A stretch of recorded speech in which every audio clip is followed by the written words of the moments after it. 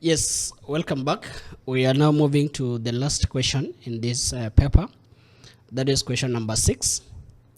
And question number 6 states that analyze the factors that may hinder effective evaluation of the human resource function. Analyze the factors that may hinder effective evaluation of the human resource function. So, when we talk about effective evaluation of the human resource function, it is an essential for optimizing workforce management, or probably to say utilizing, full utilizing the workforce management and aligning the HR strategies with the business goals. So, however, several factors may hinder this process. So, when we are talking about analyze the factors that may hinder, these factors can include, first, lack of clear performance metrics. When you are not, or when an organization does not outline the performance metrics clearly, it will affect. Without a well-defined HR metrics, organizations will struggle to assess the effectiveness of their HR practices. This means that a poorly structured evaluation frameworks may result in a vague or incomplete assessment, making it difficult to measure the HR contribution accurately. So, lack of a clear performance metrics in terms of how you are able to assess the performance of an employee will affect the HR functions. Number 2, inadequate data collection and analysis. HR will make decisions based on the data that they have, based on the data they are able to collect about the employees.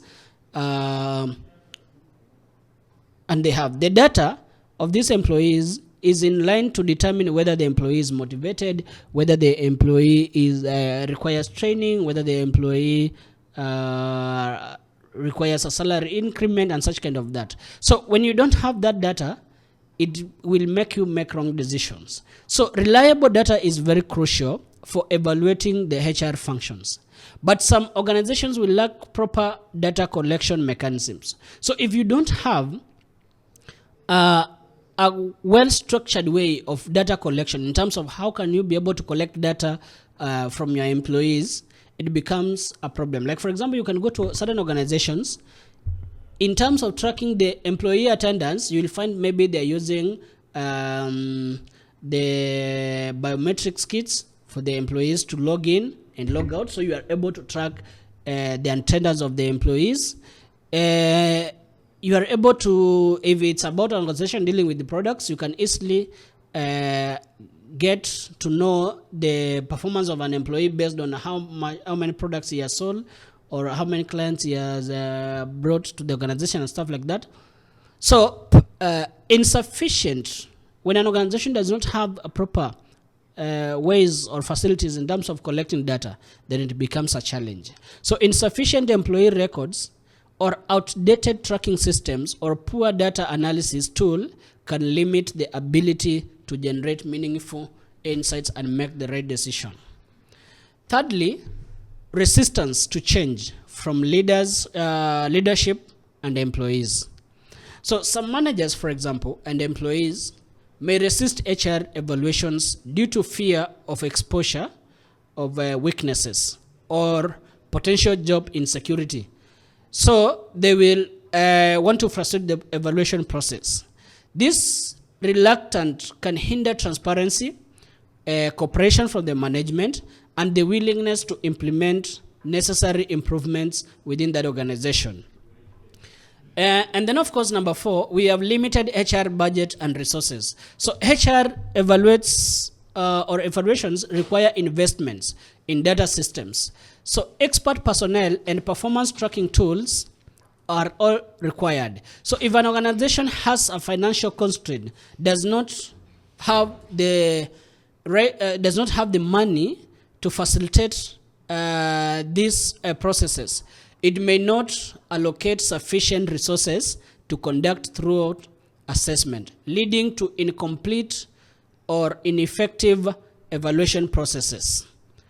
Fifth is subjective and bias in assessment. HR evaluations can be influenced by personal opinions rather than objective performance data.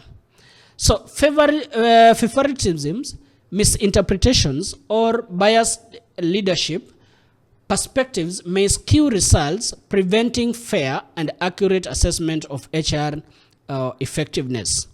Then, of course, number 6, we have lack of employee participation. Employees play a vital role in HR evaluations. So, but disengaging or lack of cooperation can hinder assessment accuracy. So if employees are reluctant to provide feedback or participate in surveys, so it means that the HR teams may struggle to gauge workplace morale and effectiveness because the employees are not providing the necessary required information. Next, it will be failure to align the HR evaluation with their business goals. So if HR assessment focuses solely on administrative functions rather than strategic contribution, they may not reflect the HR's impact on the overall business success. So what this means that aligning the HR evaluations with the organizational objectives ensures relevance and meaningful outcomes on that matter. And of course, lastly, we have weak communication and feedback mechanisms. Effective HR evaluations depends on strong communication channels between the HR teams, employees, and even the leadership. So poor feedback system may lead to misunderstanding and even reducing the effectiveness of workplace assessment and even decision making. And second last, we have limited use of technology. Many modern HR evaluations rely on data analytics, artificial intelligence, for example, and automated tracking systems. So organizations that do not leverage technology may find it challenging to conduct efficient data-driven evaluations, which might result to slower or inaccurate reporting. At the end of the day, maybe end up making decisions that do not impact the organization or the productivity at all costs. And lastly, the legal and ethical constraints. So HR evaluations must comply with the labor laws and ethical guidelines. So ensuring that employee privacy and fair treatment is achieved is a key aspect on that matter. So if an organization fails to adhere to these regulations, sometimes it may face challenges in implementing effective evaluation procedures while maintaining legal and ethical standards in that matter. And so in other words, in summary, what we are saying is that as I have clearly analyzed on that, for an organization to be able to conduct an effective evaluation process within the human resource department, we have said that the organizations needs to ensure that it aligns its performance metrics. It clearly outlines those performance metrics, of which, if not, lack of those metrics will not give a clear definition in terms of what you are doing, how you will achieve that, and stuff like that. At the same time, inadequate data collection and analysis, lack of data will not aid in making the proper decision. Of course, if employees are not well included, they are not well, if there's no proper communication, it might bring about resistance. So which means resistance is another problem that comes in relation to evaluation. And of course, we need to have a budget for ensuring that there's enough budget to facilitate effective evaluation. The evaluation must be subjective and objective at that point. Employees must also be engaged. They must also be involved in evaluation process, and of course the evaluation must be aligned with the business goals, and of course communication, as we have said, technology, and we must do the evaluation in line with the legal and ethical guidelines within the HR or the labor laws. Now, the second part in this question 6, the question asks, contemporarily, organizations are increasingly embracing diagnostic analytics in human resource accounting. Explain the benefits of using such analytics to the organization. Contemporarily, organizations are increasingly embracing diagnostic analytics in human resource accounting. Explain the benefits of using such kind of analytics to this organization. When you talk about the benefits of using diagnostic analytics in human resource accounting, first is that it identifies root causes of HR issues. So when you talk about diagnostic analytics, it helps organization to go beyond the surface level symptoms to uncover the underlying reasons for HR challenges, such as why employees are resigning. So many employees are resigning.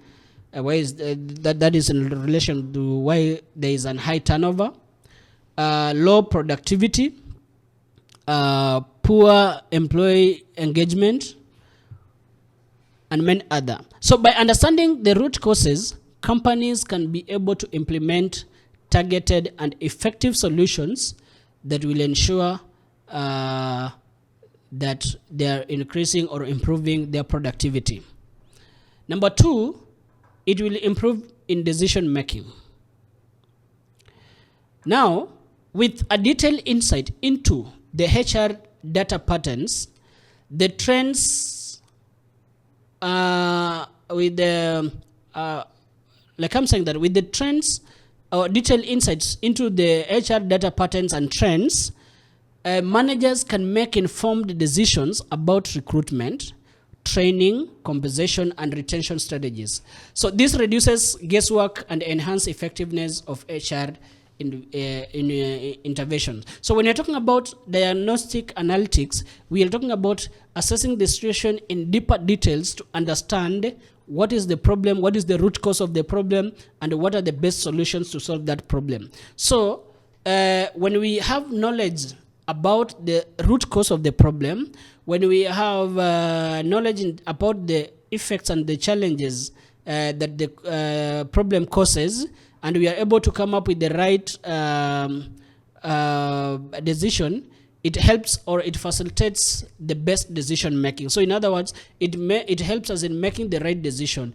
The HR department is able to know, or the HR managers are able to know which is the best solution to a specific problem. Is it recruiting new employees? Is it training and developing the current employees that we have?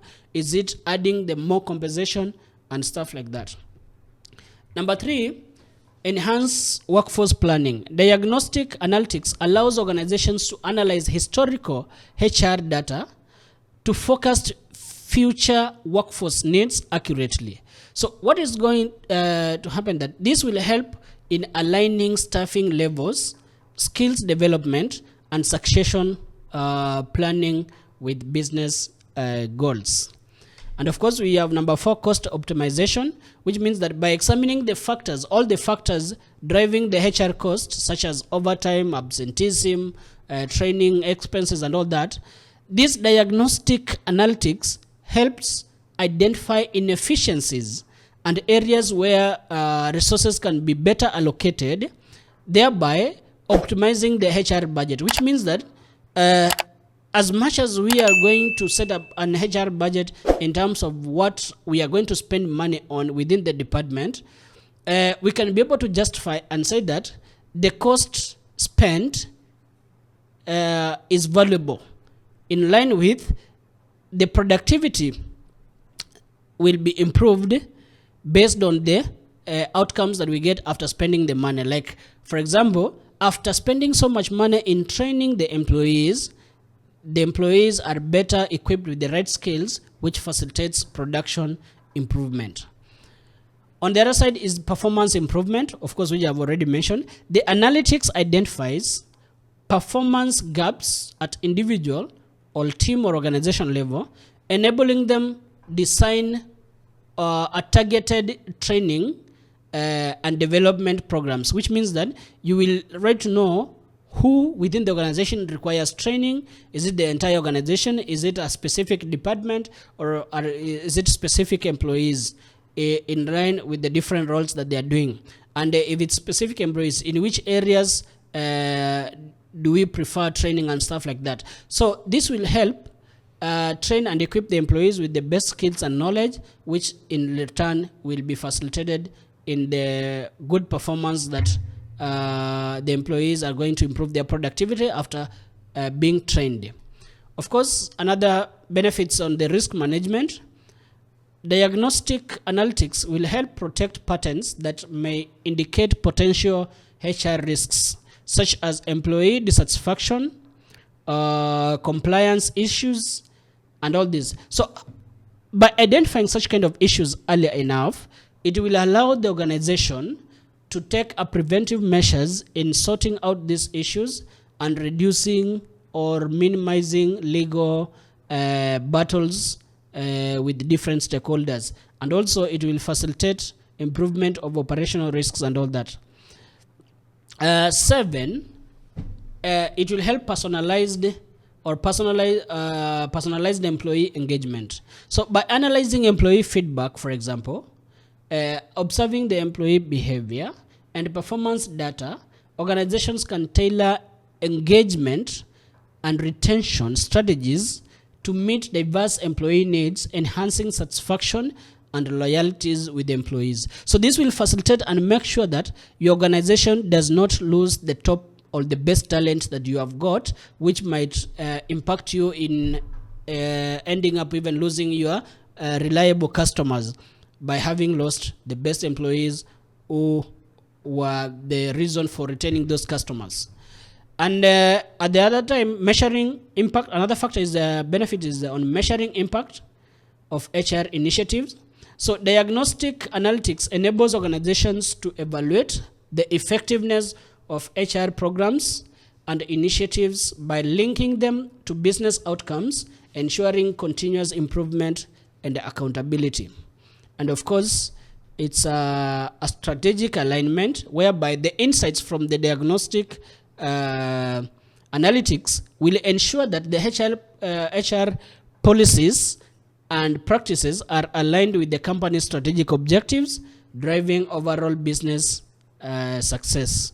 And of course, lastly, there is a data-driven culture promotion, which means that using a diagnostic analytics will foster a culture where decisions are based on evidence and objectives analysis rather than the intuitions, or enhancing transparency or credibility without the HR function having a proper input on that. So it's widely recommended that organizations should embrace this usage of diagnostic analytics for finding data and ensuring that they're making the right informed decision, which acts on the best interests of the organization, and of course which acts on the best interests of the employees, also together with the management. I thank you for your time, for your cooperation. That is it from our paper. I hope to see you again on another paper on that. Thank you. So if you like this video, you can always enroll with us.